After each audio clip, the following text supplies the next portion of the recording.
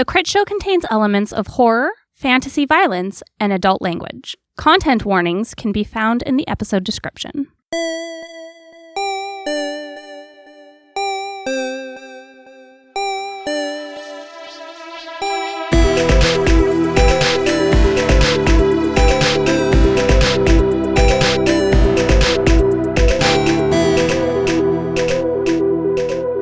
We are here. It's probably going to sound a little different because we're in a different spot. We're not in a different spot. All of us are physically in our homes, which is a different spot. And then Jake and Megan are in a totally different spot. Yeah, Jake and Megan are in Hawaii right now. They're in such a spot that you can't hear them. Slacking off, honestly, not coming to work. Jake told me he was going to build a microphone out of a coconut like the professor on Gilligan's Island. Have not heard from him. Oh. Well, before we get into the episode this week, a couple of things to touch base on.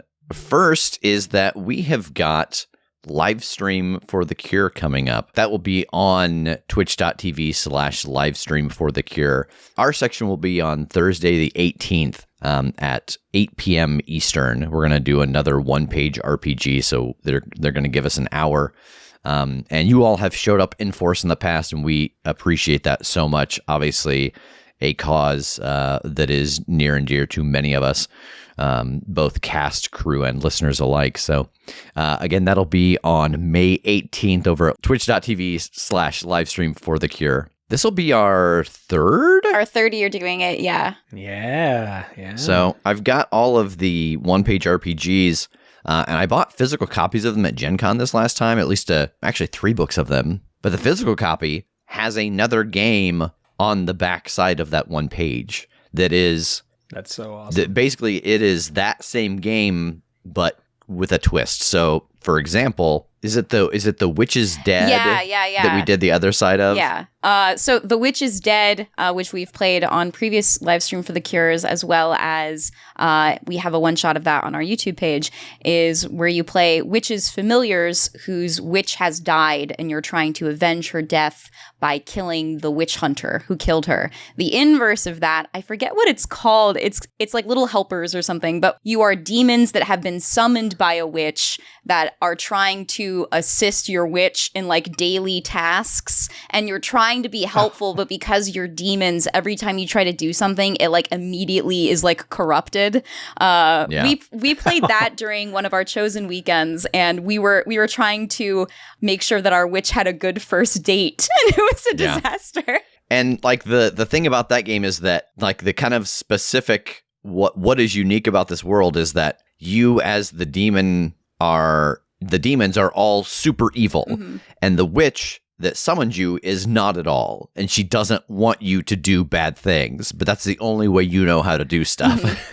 My God, we've played so many games that until you said we've played it before, I had forgotten. We've played a ton. I've been working on a master list. It's easily in the 50s, I think, in terms of games that we've played.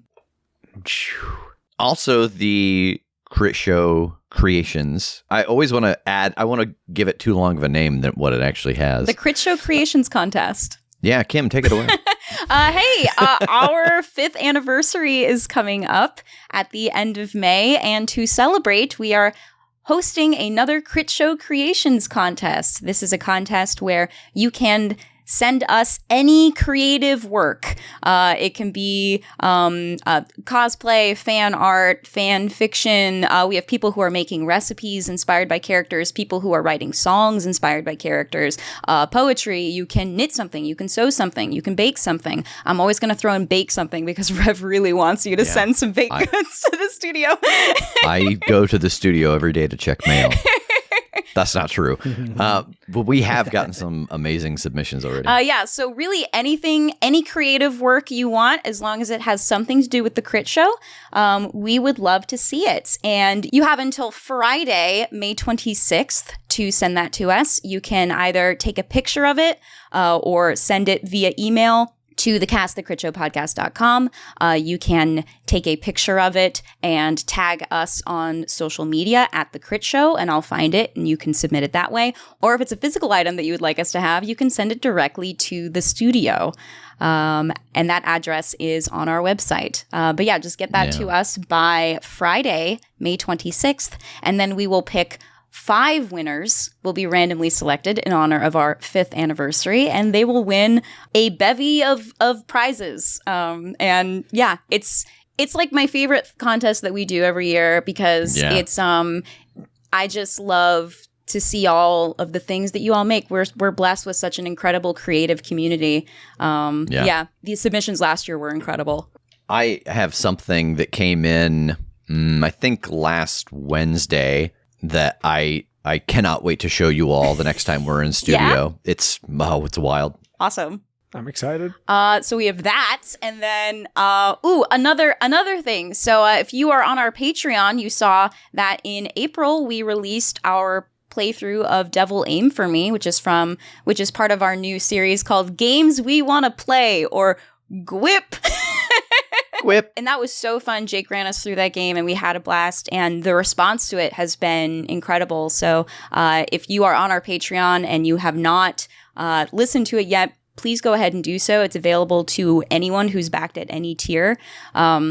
We have also set a goal for our next GWIP, and that is going to be at 456 patrons. 456. We're slowly learning to count. It was the number the table said slowly when I asked on mic, what do we want the next number to be? We plucked it from the air. And so yeah, when we hit 456 patrons, we will release a Let's Play of a TTRPG called Alice is Missing, and I will be facilitating that.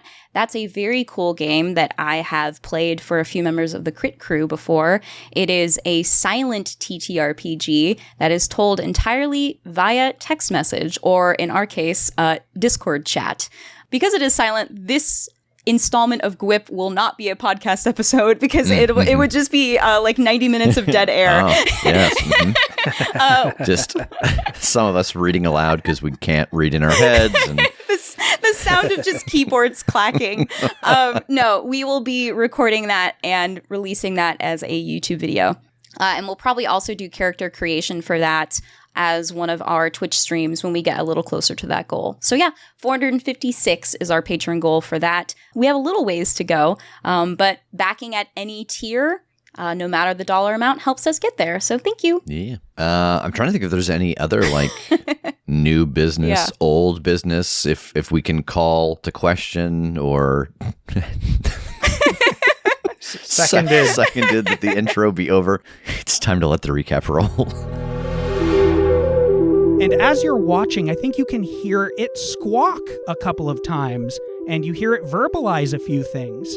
And it's like messing with its nest as it does so, and it's messing with that little pile of stuff as it does so. And what you make out is long pork.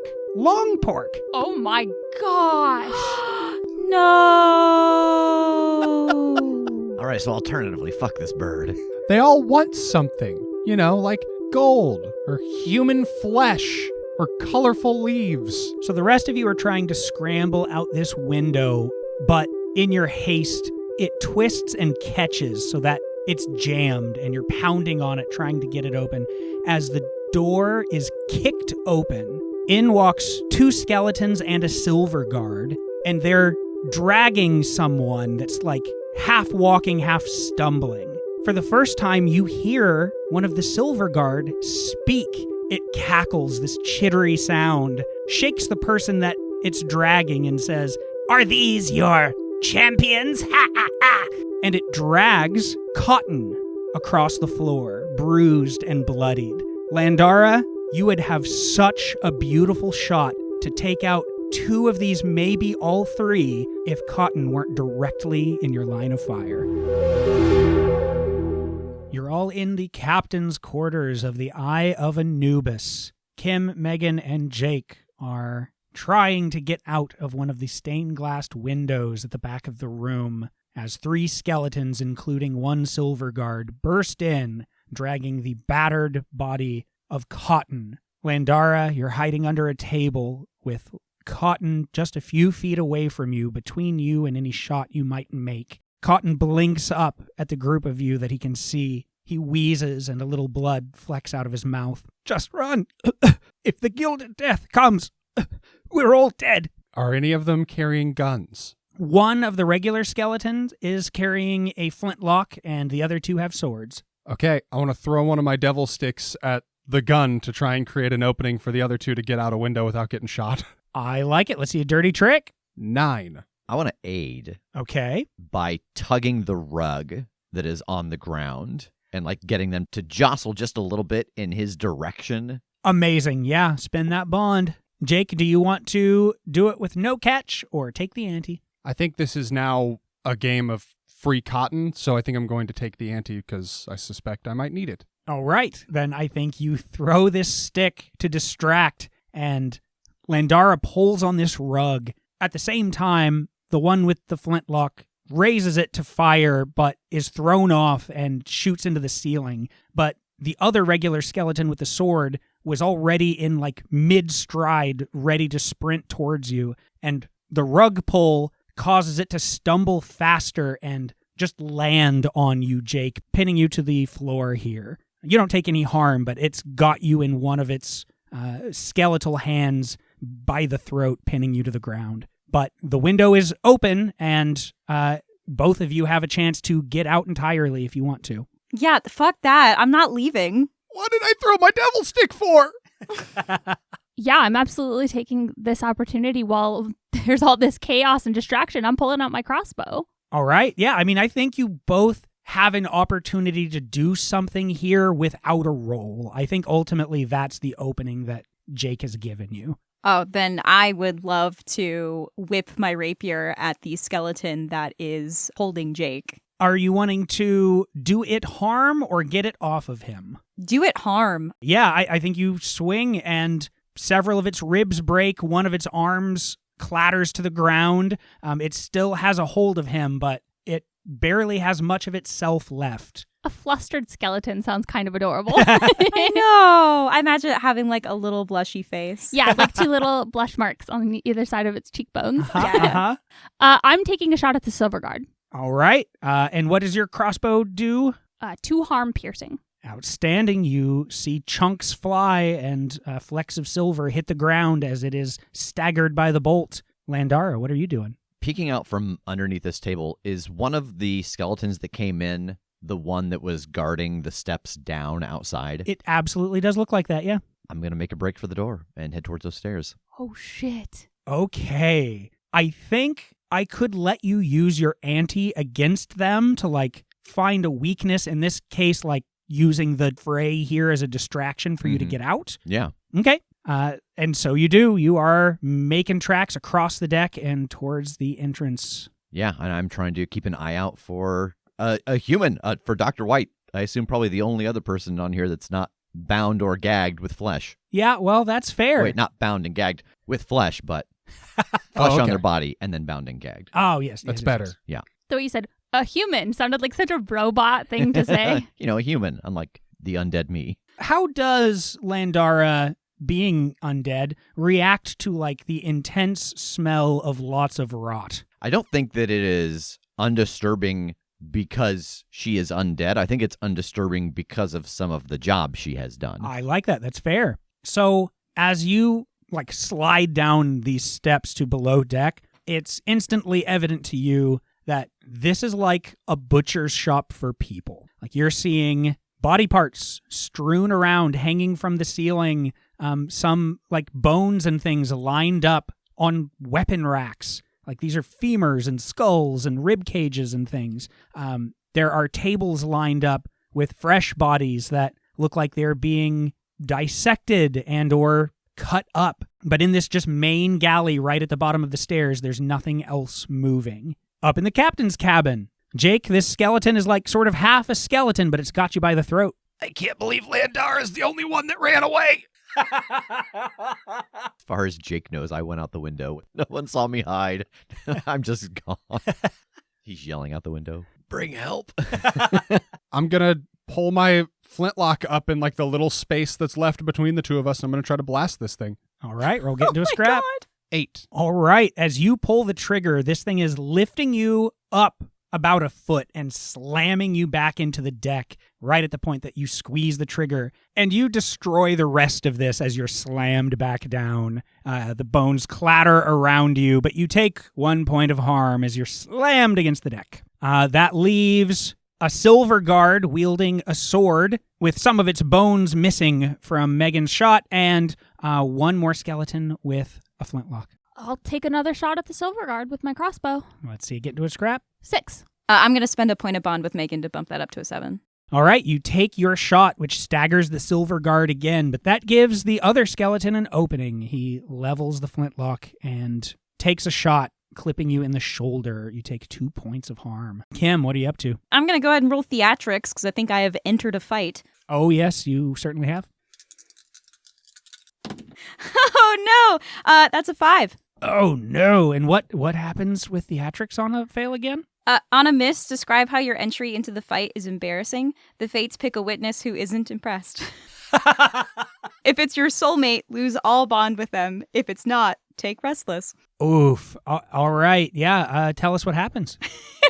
I think I hear this shot go off, and I'm still like kneeling next to the skeleton that was strangling Jake, and I immediately stand up and try to rush to Megan's side, and my boot catches on the corner of the upturned rug, and I just faceplant. I think where you land is like right next to where Cotton is laying on the floor. So you just land facing him from like the opposite direction, and he just shakes his head miserable.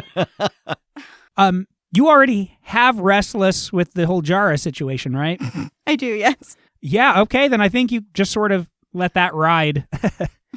Landara, what are you doing down here? You've got this sea of bodies, literally. Like, what's the plan? I'm just going to try to take this whole space in and see if I can find where he might be, if he's down here, any tracks or sign of him. I think now that you're down here, it was a short slide down the stairs here to get to this level. You're certainly aware that there's at least one more. There's like a below decks. So there's no stairs evident here, but it's a long ship. If you make your way to the back, there's probably at least some rooms back there, if not entry to the deepest level. Okay, yeah, I will start heading that way. Sure. I think we've been using this one a lot lately, but I think this is going to be a break-in. I'm going to spend another point of luck. Okay.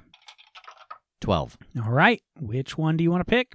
I think I run into an obstacle I didn't expect. All right. I think this one becomes evident quickly, and it's not so much an obstacle in front of you to impede your path, but could be an obstacle that changes your path or maybe speeds it along. You hear a roar from above, not quite on the ship, but getting close, and hear very heavy footsteps. And the quality of that voice sounds strained, ripped, shredded, but sounds very much like Tass. Jake, you are free of the little skeletal cage here. What do you want to do? I'm going to jump on the silver skeleton's back and like try and cover its eyes and pull on its mouth and try and harry it a bunch so that it's easier for the other two to kill. I love this. Let's see a dirty trick. Come on, Thor. This is a bad fight, you guys. We've done a lot of bad rolls. You jump up onto its back, and it would seem that you'd forgotten how agile these ones really are. And so it like sidesteps and spins, grabbing the nape of your neck and pitches you out the stained glass window into the whirlpool. As you go, peripherally, you also notice a little gleam of gold a few ships down heading this way. Watch out, Tass is on his way! Sploosh. Megan, what do you want to do? I'm not doing so hot, but I feel like I know that this crossbow has been doing damage to the silver guard, and I know how, like, defensed they are. So I'm gonna take another shot, and I'm gonna spend a point of luck. Okay, roll get into a scrap. 12. Do you want to take the ante or avoid harm? I'd love to avoid harm. Your bolt pierces the silver guard's skull, and it splits in half, and the whole thing shatters to the ground. Kim, from your vantage, the last regular skeleton is more or less standing over you and leveling its gun at Megan, who seems to be the biggest threat at the moment. Megan, go after Jake. You're faster in the water than any of us. And I want to whip my rapier at its legs to try to bring it to the ground. Nice. Do you want to hurt it or just stop it from doing what it's going to do? Hurt it. All right, let's see a scrap. I'm going to spend a point of luck on this. Okay. 12. Outstanding. Avoid harm or take the ante. Take the ante, and then can I use it to grapple the skeleton? Yes. You smack it to the ground, and it is held fast. However, you have it grappled. It does kick out once, clipping you in the jaw, and you take 1 point of harm. But you have it pinned. Landara, you're at the back of the ship below decks. You are hearing this bellowing above as something approaches. Am I able to tell, listening, where it's approaching from? Like, where's the gangplank, and like, where is it above me, or when would it be above me? Gotcha. So where it was, like, this is part of the ships that are all lined up. So all of the ships that are in a row are kind of one big tunnel circle built together. Like, you know, they've got little buildings and stuff built between them to make them their own unit. So it is coming towards the front of the ship. So, like, the entrance to below decks would be much closer to it than where your friends were the last time you saw them. So it's charging from that direction. So if it was going towards them, it would pass over me. Yes. I'm going to stop here, and I'm going to wait until I think it's over me, and then I'm going to twist fate. Yes, no problem. I think you wait. It's, you know, maybe 30 seconds. You hear a few more gunshots up above. You hear some glass breaking and a few other little things, but eventually you hear that heavy thump, thump, thump, and even see the boards bending as something is running across the deck and gets to just about above you. I'm going to spend 2 points of luck. Oh, damn. All right. 10.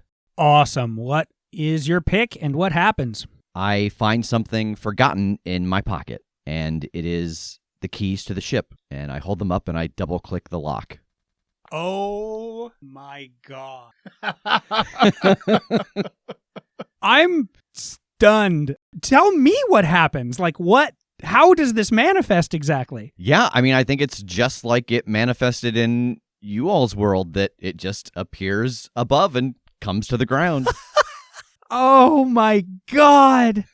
Yeah, beautiful. There is that pulse of like air shifting. There's almost like a thunder crack as the entire ship of the IPT cruise, with its dumb goose head, appears in the air and crashes down over the Eye of Anubis. I mean, especially from where you are, you like feel everything above you just crumbling, cracking, breaking. Sunlight pours in as this ship hits. I think you see an arm dangling between the debris, like down into below deck, that's covered in a little bit of gold covering over this meaty, fleshy muscle. And the whole ship is starting to tilt. Jake, you're being swept around the rim of the whirlpool here, and you watch as your ship appears in the air. From your perspective, it looks like a ghost ship suddenly appears and crashes into the deck. This ship has no sails. Almost everything is burnt black. And there are panicked sailors holding on to the railing, the mast, and some charred, rotted ropes as it falls through the air and slams into the Eye of Anubis. I'm going to ride the whirlpool around to climb back up onto the ship. I guess first thing I'll check in with the crew. It's chaos now. There are some fires starting to spread onto the Eye of Anubis. Just everything is wreckage. A few of the sailors are spilling off of the IPT cruise onto the deck of the bigger ship. What the fuck is going on here? Someone summoned the ship. And I'm like patting my pockets to make sure I don't have the keys and I didn't accidentally bump them. Did I sit on my keys? Did they short out in the water? Oh, fuck. You watch them go down the whirlpool. Oh, no. Oh, no. Rev, take a luck for that. Yeah. By the way. For sure. Jesus, tap dancing. We're on the Eye of Anubis and... In the middle of the goddamn city! We're in the middle of the city! What? What the fuck? Yeah. What happened to the boat? Oh, God, I thought you guys had it. We did not. I thought it was under control.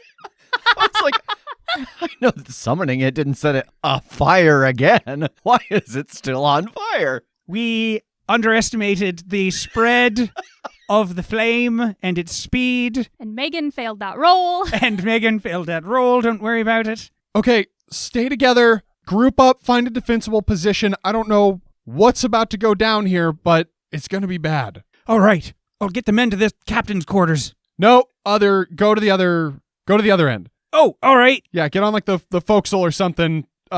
Speaking of which, and I start running back towards the captain's quarters again.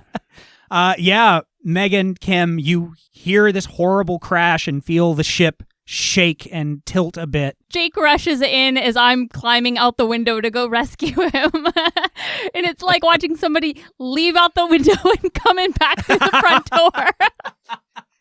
You're mid-swan dive as he opens the door. I've just got one leg out and I'm like, oh, all right, back in. I want to help take out this last skeleton that's on top of Kim. Absolutely. As long as Kim keeps it pinned, you can just coup de grace this thing. Yeah. And it is finally quiet in the captain's cabin as Jake slides in. How's it going? Good. What happened out there? Neither of you called the boat? No. That's our boat? It is what used to be our boat. Where's Landara? The boat looks real bad. How are we going to get home? Oh my god. Okay, we gotta go find Landara. She must have called the boat. I'm looking at Cotton. Are you okay?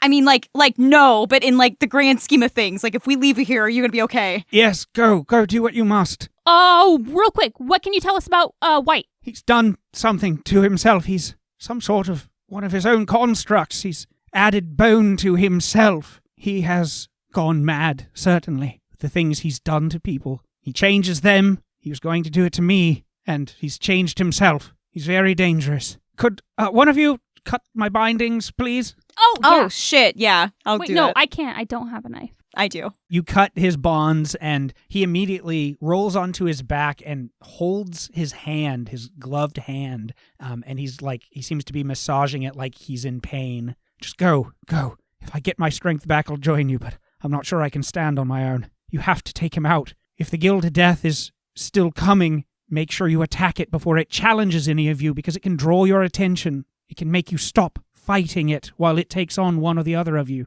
Yeah, don't worry. We'll handle it. Just stay safe. Yes. All right, let's go. Yeah, I'm gonna scurry over to where the ship came down and see if I can find us an opening just like through the deck, like shortcut it instead of having to go all the way down and back. Absolutely. As you're doing that, like there's plenty of option here to just jump down. Are you sure? Are you sure it There's made a hole? so many holes. But you do actually see the far side of the ship where you had sent the rest of the crew.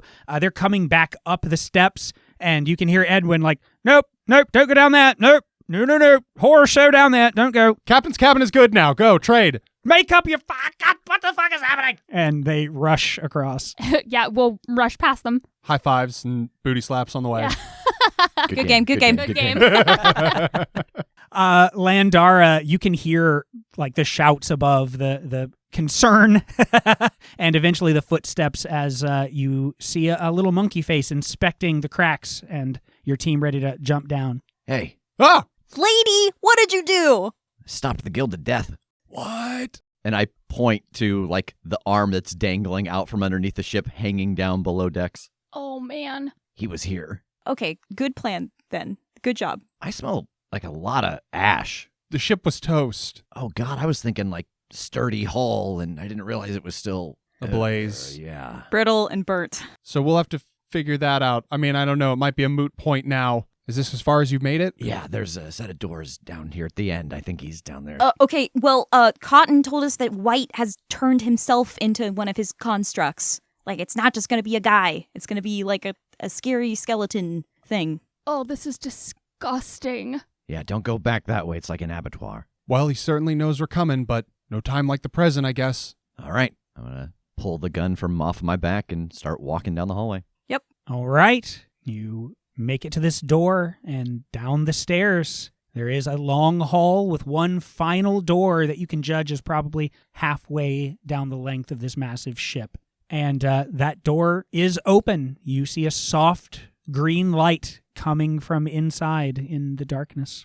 I'll turn and look to the group and kind of shrug and start to slowly step in. You step in, And this, more than any spot you've seen before, is very clearly his workshop. There are shelves lined with everything from body parts to elixirs to books and scroll cases. Most of the light that you can see is from glowing substances in glass bottles lining the walls. There are tables set up, some fresh bodies, some picked clean skeletons lined up, and at the far end, you see a figure standing in a long black coat. There are rips in the back of the coat, 2 along the shoulder blades, and sticking out are these massive skeletal wings. The figure turns slightly, and you see in profile a plague doctor mask with a hood tugged low over it. A skeletal hand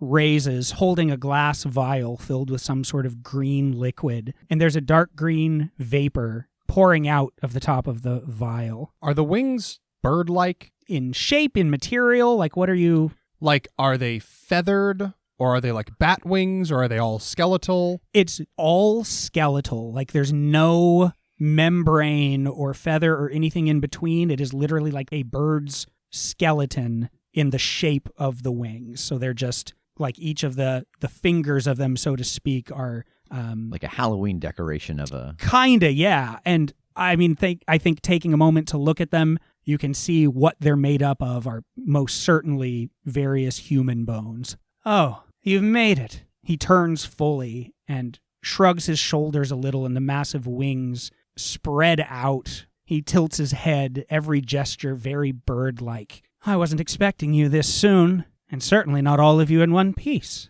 You got past my gilded death. He's free from you now. For now. That's the fun thing about death, is you can just recycle it. Isn't that interesting? Everything broken can be mended with something, and made to dance, to be puppeted. It's interesting to hear you say that. I actually spoke to someone closely related to death earlier, and I think they want to have a word with you. I'm going to pull the trigger. Roll get into a scrap. And I'm going to take a black mark to do a called shot. Okay.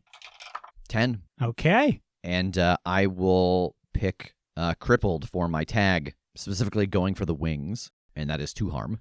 All right. And do you want to take the ante or avoid harm? Avoid harm. All right. Then you take this shot, and one of the wings busts, many of the finger-like membranes falling down around him as he ducks and rolls after the shot and comes up very quickly, throwing that glass vial in his hand. But you're able to just barely dodge out of the way, and it hits behind you all in the hallway, where this cloud of green vapor begins to rise up and fill the hall. Theatrics. Okay. That is a 9. So I have 1 hold to spend in this fight. All right. I'm going to hang on to it right now and see sort of how things work out. But yeah, I want to swing at Dr. White with my sword. All right. Getting in close and getting into a scrap. 9. All right. Getting in this close, you get a scope of like how big these wings are. One of them is obviously fairly broken, but you lash out and hit him, and he twists, and his wing grabs you just right around the midsection and lifts you in the air and squeezes between these rib-like fingers of the wing, and you feel something crack in your own ribs and take 1 harm. Ooh. I want to use a pinch of salt and other superstitions. All right, and this is where I ask you what knowledge you have. Yeah, what knowledge I'm... well, I have a lot of knowledge, but Nope. in general... Tell me everything you know, and what then have you we'll learned see. in school? What does she know? Does she know stuff? Let's find out. Suddenly becomes a quiz. Yeah. Yeah, but the knowledge that I'm invoking here about Dr. White is that these wings he has given himself are somewhat new. So I am invoking that knowledge that he designed this, but still implementing them is somewhat new, as well as the ship having been jostled from being hit with a ship. So all of this is a little new and uneven. Let's see a roll. And he's no longer balanced because he already lost one of the 2 wings, so now Yeah, he's right. just lopsided. Exactly. Yeah. 12. Okay, so does this exact a personal cost or surge out of control? I think a personal cost. All right, then I think as this happens, there's something about that connection to the magic here and how it works in this world that's almost unsettling for you. Like, it's different than how it feels this time when, like, Jinx happens in, the world you're from. So as you watch this befall him, as he trips over his own feet, like, just tilts into the wall and slams into all of these vials, you feel disoriented yourself watching this happen. You feel like the world is tilting even when the ship isn't quite as much. And you trip over your feet backwards into the hall, into the middle of this green cloud. At first, your skin just starts to tingle a bit, and that is all that you feel. But the rest of you watch a very small explosion as White and Kim go careening across the room from the point that he had smacked into these vials. They ignited something and caught part of his coat on fire. Kim, you're not going to take any harm here, but you're certainly, like, jostled and brought down to the ground with him. I want to try to squeeze into somewhere. I notice a gap behind one of his bookshelves that I want to try and finagle my way into. Okay, let's see it. That is a 10. All right, tell us about this. I get behind a false wall where White keeps the real heinous shit, like the vials of stuff that even he doesn't want people to know are out and about. Oh, God, okay. And I would like to find a secret that I didn't expect. Can I pause for just a moment to remember that parrot had a little pile of human hair? It won't leave me. Yeah. It had two nests. It had a straw nest and a hair nest. And a hair nest. Depending on what mood it's in, Rev's like, what could be more heinous than that? Yeah, nothing so vile. You find a human-sized one that Dr. White sleeps in. You find a pile of parrot feathers. So for the heinous shit, like, do you have anything in mind? Like, is there something specific you're looking for? No, just he seems to be alchemizing and making vials full of dangerous things. So what would he have a vial of that he's like, I gotta tuck this away? Can I pitch an idea? Sure. This is based off of a story that you told previously. Oh, no. He found something that he was able to make an elixir that hardens bone more, based off of, like, that old pirate story about, the alchemist who was trying to build onto his bone, but it was too brittle. So he found something that, like, will harden bone, but the problem is it makes the joint inflexible. And so he's like, well, we can't be having that around. Ooh, I kind of dig that. I don't know why I like the idea of him trying to, like, in his arrogance, solve the problem of another alchemist. Yeah. So that would be something on, like, a pedestal that has a set of those really long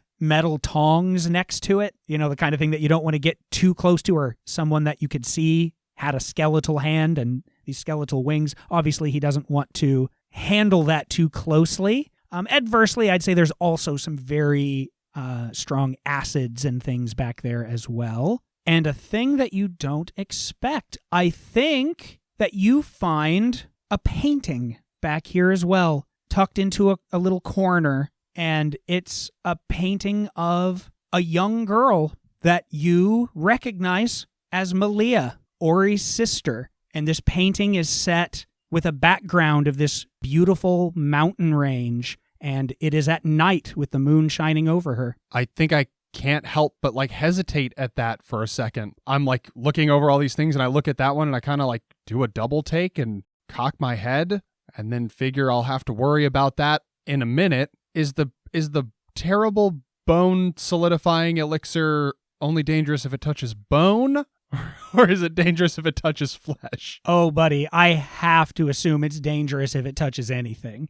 It touches a table and it turns to very strong Yes. bone. Is it labeled terrible bone solidifying mixture? Yeah, of course. It's labeled bone hardener. So you have the bone hardener in view. Why does that sound like a upcoming pilot on Fox? The bone hardener. Thursday nights. All right, I'm going to grab those tongs and collect that vial and try and sneak back out of this room. All right. Landara, you've seen White trip over himself, explode a bit, and go flipping through the room and land on the ground. Kim still in one of the wings' grasp. What do you want to do? I'm going to flip the gun around in my hand and try to bring the stock down on the base of the wing that's holding Kim. Okay, just trying to free her. Yeah. All right, let's see a dirty trick on this. 5. Here we are. You step over to do this, but Dr. White shifts, and you bring the butt of the gun down along his side, like on his chest, and you hear something break. You hear glass shatter, and there's this puff of blue vapor that immediately rises out of his coat and gets in your eyes and your mouth, and you take a point of harm as this sort of acid vapor starts to burn at you. Kim, what you want to do? I want to use my tentacle rapier to like grab a vial of something within reach and just throw it at Dr. White to try to get him to let me go. All right. Are you wanting to hurt him or just get out of the grasp? Let me go. All right. Let's see a dirty trick, I think. I'm going to use a point of luck on this. Okay. 1. Oh. Goodness. Jake, as you step out to take in the scene, what you see is Kim lash out with this tentacle sword and grab this random vial off of one of the shelves and whips it over onto Dr. White. And it spreads quickly, burning away at his coat and his hood. And it covers these bones. You hear him shriek. The Plague Doctor mask still manages to stay on. As this liquid spreads over him, the bones thicken and grow. Spikes of bone start to form off of his spine, off of his shoulder blades, even some off of his skull. He rises up twice the size he had been before, covered in spikes. He's roaring in fury. Green gas is filtering in from the hallway as Megan coughs, and White slams Kim against the wall with this massive bony spiked wing, and he turns looking over his shoulder at you.